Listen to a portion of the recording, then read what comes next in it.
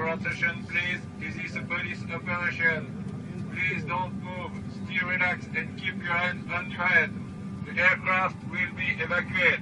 Amateur video shows the moments after a hijacked Ethiopian Airlines flight lands in Switzerland.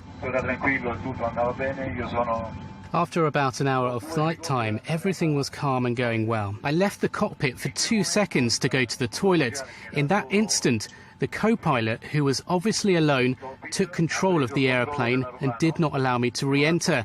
As you know, ever since 9/11, the doors have been armoured and there was no way to get back in.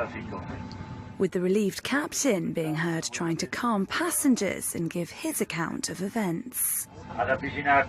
The co-pilot is still closed inside the cockpit, but he is not armed, and therefore there is no risk anymore.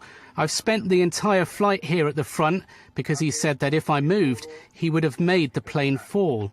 I don't know what the motives behind his actions are, but they don't interest me, because all I care about is that you are all well and we are on firm ground.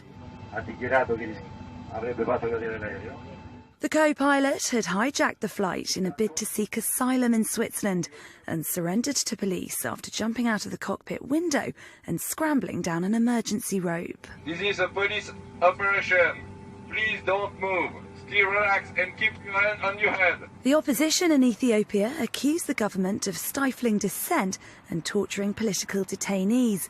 However, it is rare for state employees to seek asylum, with the last senior official to have done so having fled to the United States in 2009.